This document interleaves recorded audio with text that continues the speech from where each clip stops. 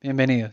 Y siguiendo con la línea del crack del 29, vamos a hablar sobre la creación del Banco de la República, que en Colombia justo se funda en esa década, en el año de 1923. Para ello tomaré un libro que se llama El Banco de la República, Antecedentes, Evolución y Estructura, de 1990. Voy a tomar cuatro capítulos que son el 7, el 8, el 9 y el 10.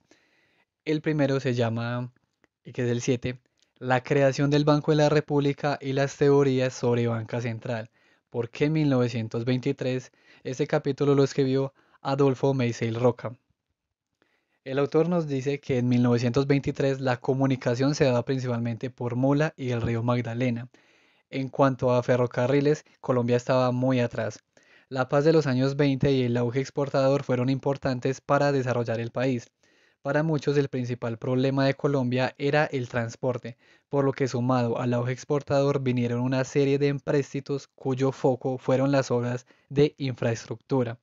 Entre 1923 y el 32 se destinaron 118.300.000 en ferrocarriles, 42.200.000 en carreteras y 9.900.000 en otros medios de comunicación.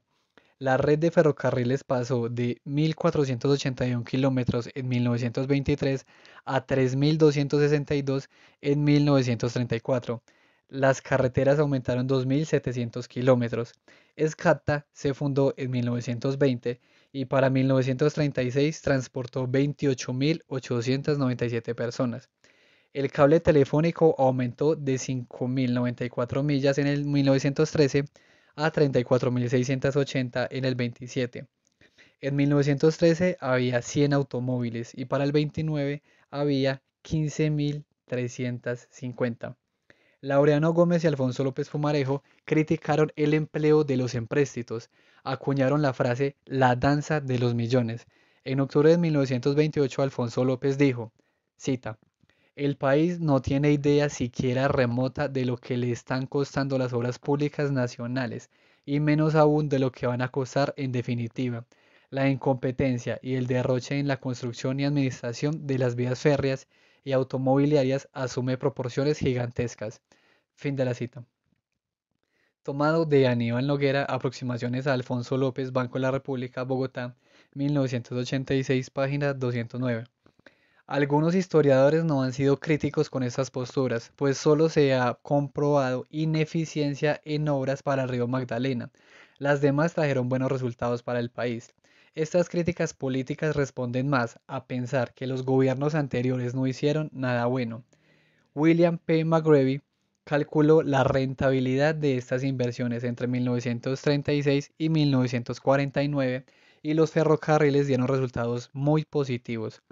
La misión Kemmerer presentó 10 proyectos de ley, de los cuales se aprobaron 8 que permitieron reglamentar los bancos privados, Estatuto del Banco de la República, crear la Contraloría General, entre otros aspectos.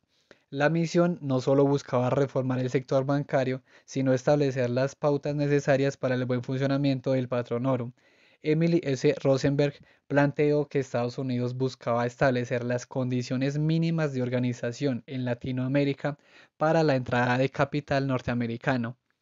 Edwin W. Kemmerer fue asesor financiero en Filipinas entre 1903 y 1906, México 1917, en Guatemala en el 19, Colombia en el 23, Sudáfrica en el 24, Chile en el 25, Polonia en el 26, Ecuador en el 26-27, Bolivia en el 27, China en el 29, Perú en el 31 y Turquía en 1934.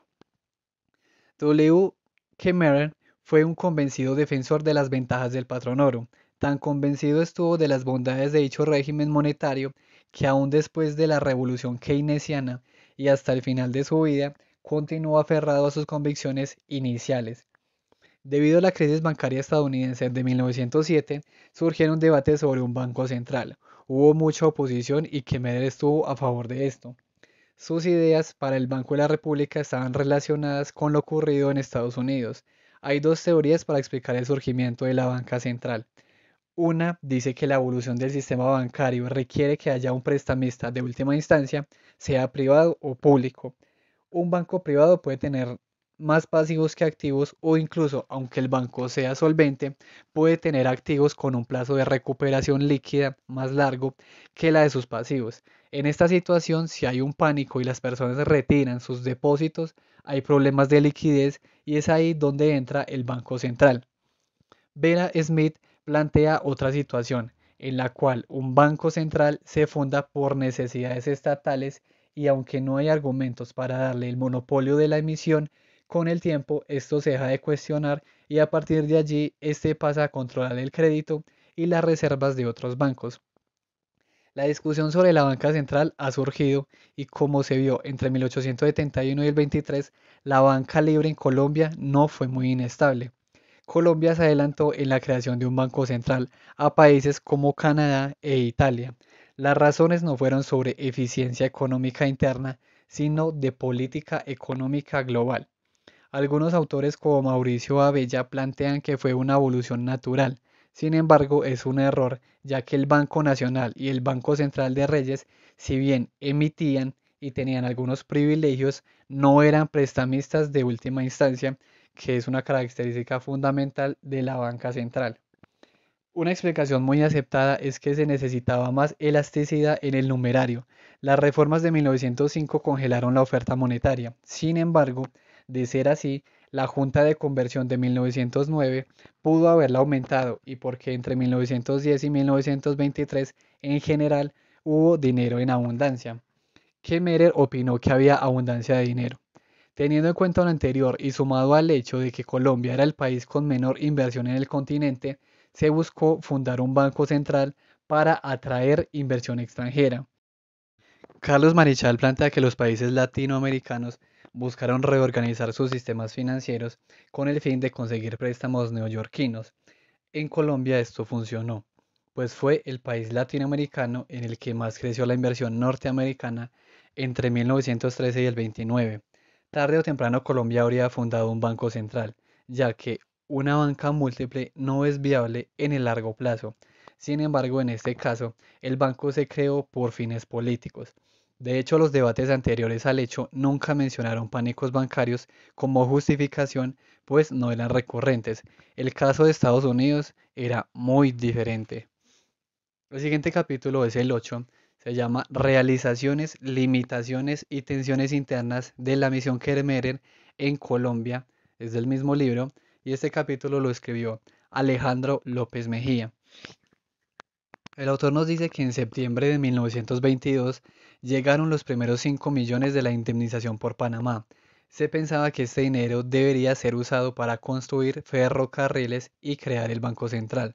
La Ley 60 de 1922 autorizó la contratación de expertos para reorganizar económicamente al país.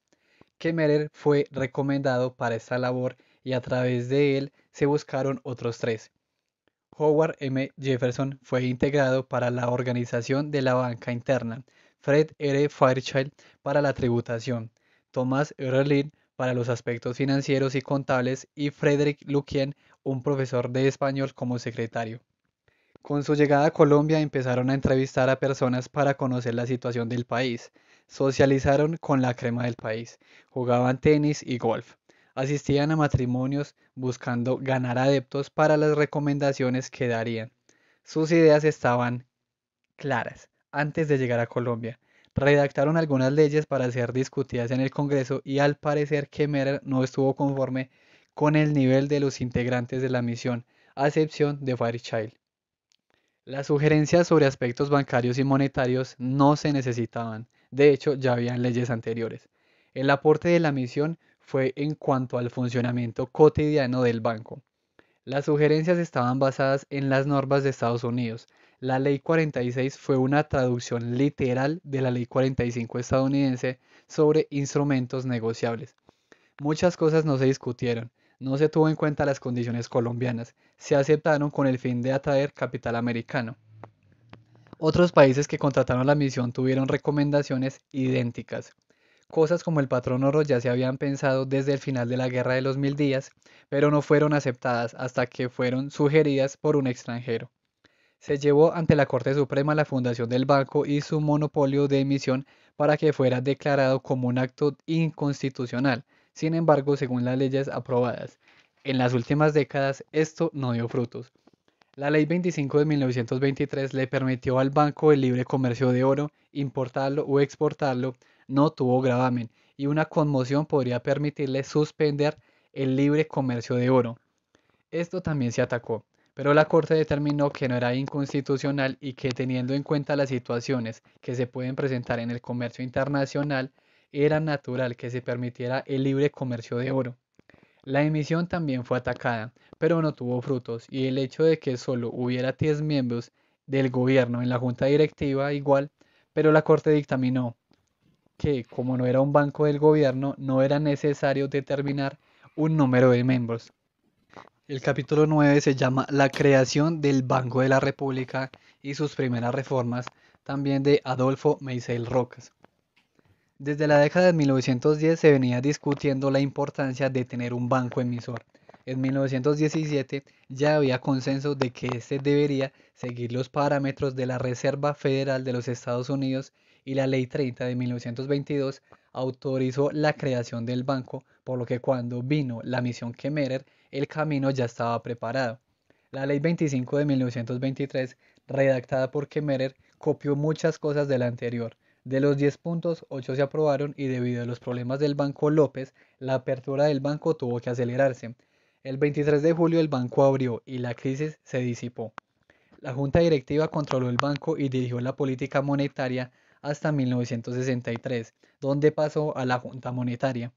El banco no tuvo mucha autonomía, se fijó un tope para préstamos al gobierno del 30% respecto a las reservas del banco y el capital pagado. En 1930 se elevó a 45%. No tenía mercado abierto. Entre 1923 y el 31 siguió las reglas del patrón oro y poco más. En 1931, gracias a los contratos con el gobierno, tuvo un mayor papel en la oferta monetaria, pero es en 1951 donde llegó a ser más autónomo. El banco inició monedas metálicas y papel convertible. La primera fue unificar esto en billetes convertibles en oro. Esto se logró en parte y se frenó en 1929, por lo que a 7.9 millones no se les aplicó la medida. Entre 1923 y 1928, los préstamos, la indemnización de Panamá y los precios del café hicieron crecer las reservas internacionales. Las personas que se beneficiaron de esto llevaron dólares al banco para cambiarlos por pesos, lo que hizo que la oferta monetaria subiera y con ello hubo inflación. Si bien hubo inflación, fue menor a la de antes de 1923 y dentro de 1923 al 31, el año con mayor inflación fue 1926 con 12.05%, basado en materiales de construcción. Carlos Uribe Echeverry argumentó que la inflación se debía al aumento de la oferta monetaria. Félix Salazar y el Banco de la República debatieron erróneamente esto. Lucas Caballero debatió erróneamente el cambio, pues Carlos Uribe dijo que el patrón oro, el cambio se cotiza dependiendo de la oferta y demanda de giros en el exterior y de si hay confianza en la convertibilidad de los billetes. Uribe estaba equivocado, sin embargo en la función del banco y su culpabilidad en la inflación. Esta se daba por los límites del patrón oro. Alejandro López tocó un punto importante y es que la oferta agrícola era inelástica. No hubo menor producción, pero no fue al mismo ritmo que el café y había mayor demanda. Cabe agregar que los proyectos de transporte absorbieron mano de obra, unas 50.000 según Clímaco Villegas y 30.000 según Alejandro López. La mayoría de estas obras fueron en la zona oriental. Entonces, además de la inelasticidad de la oferta, la demanda de mano de obra para las redes de transporte dificultaron aumentarla. La ley de emergencia redujo los aranceles para los alimentos, pero su impacto se sintió a partir de 1928 y el 29. Alfonso López Pumarejo argumentó que los empréstitos habían generado la inflación. Clímaco Villegas igual. Algunos historiadores como Alfonso Patiño y J. A. Andrade aceptaron esta tesis. La tesis más acertada, sin embargo, es que el Banco de la República respondía al patrón oro y con ello no podía controlar las emisiones. Triffin dijo que el banco fue poco más que una oficina de cambio y sus emisiones respondieron a las reservas internacionales. Analizando el flujo de capital entre 1924 y el 28, se ve que se usó el 28% de este para incrementar las reservas internacionales, que llevó luego a una expansión monetaria y a inflación. En este periodo las importaciones aumentaron, lo que permitió a la aduana recaudar más, pero los gastos gubernamentales aumentaron más, creando un déficit fiscal que para 1927 y 28 fue de 3,05% y 4,54% del PIB respectivamente. El gobierno cubrió esto con deuda externa, que creció de 21 millones de dólares en 1923 a 71 millones de dólares en el 28. Respecto a si el banco siguió las reglas del patrón, ha tenido sus voces a favor como Robert Triffin y José Antonio Campo, y sus detractores como Santiago Herrera y Fabio Sánchez. Este último argumentó que las reglas dicen que las reservas deben moverse en la misma dirección que los activos domésticos. Si se analizan los años de 1923 al 31, hay 9 casos donde las reservas suben mientras los activos domésticos bajan. En 5 ocasiones se mueven en la misma dirección. Los 9 casos son el 24, el 25 nuevamente, pero a la siguiente mitad de año, diciembre del 26, junio del 27, junio del 28, junio del 29 y diciembre del 29, junio y diciembre del 31, y las 5 que sí fueron junio del 26, junio y diciembre del 27, diciembre del 28 y junio y diciembre del 30. A partir de esto se podría pensar que el banco no siguió las reglas. Sin embargo, no es cierto.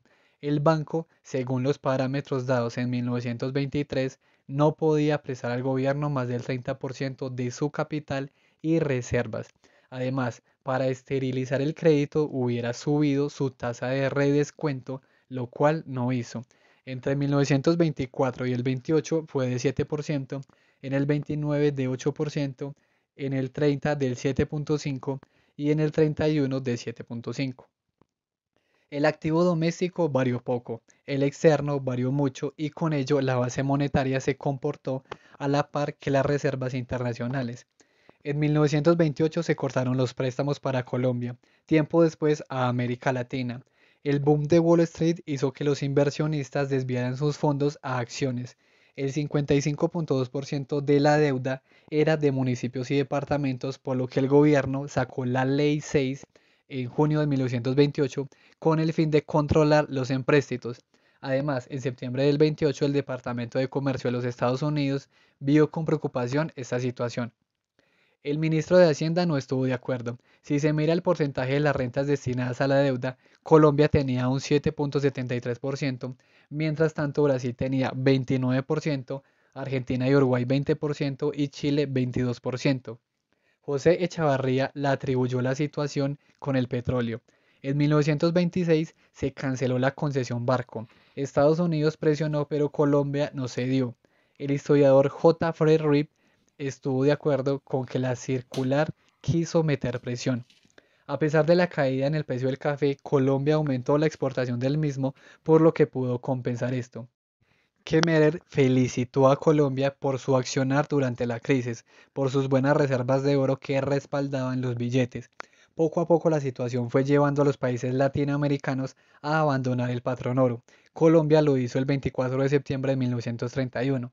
Se firmó un contrato que le daría al gobierno 15 millones de anticipo por las utilidades futuras de las salinas de Zipaquirá, Nemocón, Sesquilé y Tausa. Estas pasaron a manos del Banco de la República. El decreto 2214 aprobó esta medida en diciembre y se dio un anticipo de 3,8 millones. Este préstamo a largo plazo fue un gran cambio. Este anticipo permitió la expansión monetaria de 1931 a 1934. El tope de préstamos al gobierno se amplió de 30 al 45 de capital pagado y dio un dinamismo que permitió la recuperación económica. En 1932 el PIB creció 6,6%. Esto además permitió que la base monetaria no dependiera de las reservas internacionales. Varios países latinoamericanos devaluaron sus monedas, lo que generó presión, pero el gobierno colombiano se resistió. En marzo de 1932 se dio una prima del 10% a la exportación de café. Dicha medida constituía de facto la introducción de tipos de cambio diferentes y una primera devaluación. Esta prima se acabaría al año Antes de esto hubo presión de los cafeteros que llevaron a que se devaluara la tasa de cambio en 1933 y 34. Esto dio un impulso a la recuperación, pero esta ya estaba en camino gracias al crédito para el gobierno y la expansión monetaria. Capítulo 10. La segunda misión Kemmerer por Jorge Enrique Ibáñez Najar y Adolfo Meiser Roca. Si la primera tenía un factor importante sobre atraer capital, la segunda mucho más, además de fines políticos. La situación fiscal no era buena, pero Olaya se enfrentaba a una depresión que dificultaba hacer recortes de gasto y personal. Además, las personas que vinieron tenían estudios y trayectoria para contrastar, digamos, Esteban Jaramillo se formó como abogado. Olaya Herrera había prometido contratar expertos para solucionar los problemas de la economía colombiana, así que buscó a Kemmerer, quien en un inicio se negó, pues moneda y banco eran su campo y la cuestión era de impuestos, contabilidad y crédito. Lo convenció y formó un nuevo grupo. Antes de verse con Kemmerer, Olaya Herrera lo había comunicado, que el precio del café y errores en la inversión de los empresarios eran parte del problema. El patrón oro y los procesos monetarios no cambió. Los préstamos al gobierno cambiaron de 30% al 45%. La junta directiva cambió. Kemmerer no estaba de acuerdo con que los banqueros escogieran 6 miembros. Esto pasó a 12. 3 del gobierno, 3 banqueros, hombres de negocios de los cuales 3 serían nombrados por banqueros, uno por la Federación de Cafeteros, otro por las cámaras de comercio y un representante de los accionistas particulares. K. S. Williamson propuso una serie de impuestos. El impuesto a la exportación de banano presentó resistencia. Olaya Herrera negoció 3 centavos por racimo, prometiendo que no habría nuevos impuestos en las siguientes 2 décadas. El banco había funcionado bien por 7 años, había ganado confianza tanto interna como externa, pero teniendo en cuenta la experiencia y conocimientos nuevos, eran necesarias algunas reformas. La junta directiva del banco mediante una comisión estudió las reformas y estuvo de acuerdo en modificar el encaje de 60% a 50%, libertad para el mantenimiento de las reservas de oro y que los bancos afiliados pudieran tener la totalidad de sus encajes allí. La modificación de la junta directiva fue discutida por el Senado y se concluyó que debía haber un acuerdo entre las partes, ya que en este caso el gobierno era un participante más y no podía obligar un cambio. La Ley 75 de 1930 permitió al Banco de la República hacer préstamos con un máximo del 15% de su capital y reservas a 90 días máximo. Permitió comprar bonos y pagarés dentro de un 15% adicional y poder venderlos en el mercado. La reducción del encaje fue demandado, pues se acusaba que con ello el banco no tenía el oro suficiente para ser cambiado por los billetes, con lo cual las personas podrían ser estafadas. La Corte Suprema dictaminó en contra de esto, pues los postulados sobre banca lo permiten y además ello no exime al banco de sus obligaciones con el público. La Ley 57 del 31 permitió que el Banco de la República pudiera tener la totalidad del encaje. El gerente del banco dijo que para controlar el mercado monetario es necesario que gran parte de las reservas de los demás bancos estén en una institución. En Estados Unidos era incluso más rígido que esto. Esta ley también permitió crear la Caja de Crédito Agrario y la Caja Colombiana de Ahorros. La Ley 82 de 1931 estableció que el ministro de Hacienda estaría fijo como representante del gobierno en la junta directiva. Y hasta acá llegan estos 4 capítulos que analizan la primera década del Banco de la República. Hasta la próxima.